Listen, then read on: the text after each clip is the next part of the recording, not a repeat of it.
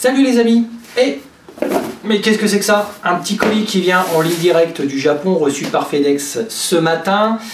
Et oui, je vous en avais parlé il y a quelques mois, une commande passée au printemps dans l'un des derniers ateliers traditionnels manuels du Japon. C'est enfin arrivé, quitte à l'ouvrir, autant le faire ensemble, donc je vous propose un petit unboxing. C'est parti.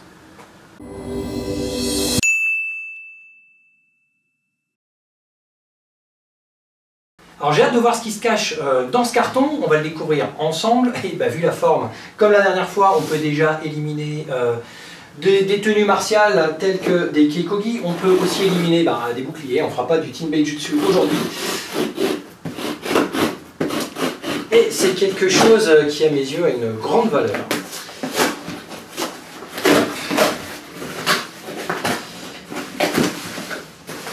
Et je vous avais proposé il y a 2 mois de cela un premier unboxing d'ailleurs du Odachi qui est juste derrière moi, la vidéo vous pouvez la retrouver là-haut, et l'explication du type d'arme qu'est le Odachi.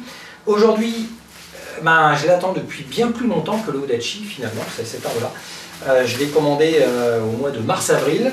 Elle arrive enfin, elle est donc très bien emballée. On va essayer de retirer toutes les bulles, surtout sans endommager l'œuvre d'art qui est dedans.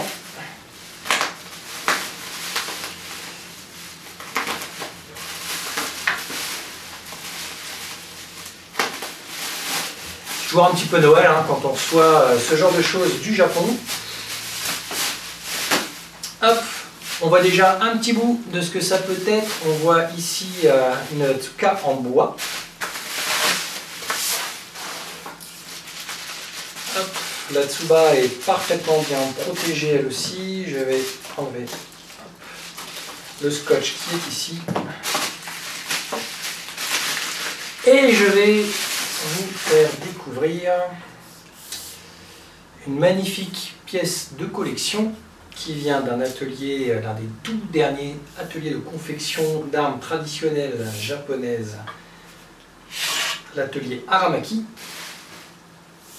Une petite tsuba en cuir et un bokken en chêne rouge, merveilleusement bien forgé, enfin sculpté pour le coup.